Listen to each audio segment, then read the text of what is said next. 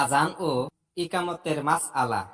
Number ১, জুমার নামাজ ব্যতীত প্রতিটি ফরজে আইন নামাজের জন্য একবার করে আজান দেওয়া সুন্নতে মুয়াক্কাদা। নাম্বার ২, অবশ্য জুমার নামাজের জন্য ২ বার আজান দেওয়া সুন্নত। নাম্বার ৩, ওয়াক্ত হওয়ার পূর্বে আজান দিলে আজান পুনরায় দিতে হবে। নাম্বার ৪, মহিলাদের নামাজের জন্য আজান ইকামত নাই। নাম্বার ৫, আজানের শব্দ ধীরে ধীরে দিবে আর ইকামতের শব্দ দ্রুত দিবে।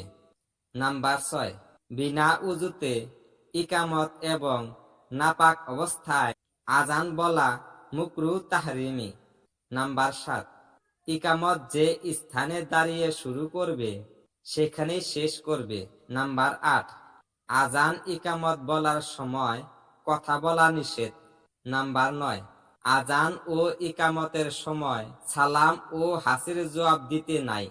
নাম্বার ১০, আজান দেওয়ার সময় মুয়াজ্জিনের উযু ভেঙে গেলে আজান শেষ করে উযু করতে হবে, আজান পুনরায় দিতে হবে না। আজান দিতে গিয়ে মুয়াজ্জিন বেহুশ হয়ে গেলে বা আওয়াজ বন্ধ হয়ে গেলে অথবা ভুলে গেলে এবং বলে দেওয়ার লোক না থাকলে পুনরায় আজান দেওয়া সুন্নতে মুয়াক্কাদা। নাম্বার ১২, এক মুয়াজ্জিনের ২ মসজিদে আজান দেওয়া মাকরুহ। নাম্বার ১৩, সন্তান ভূমিষ্ঠ হওয়ার পর কানে আজান দেওয়া মুস্তাহাব।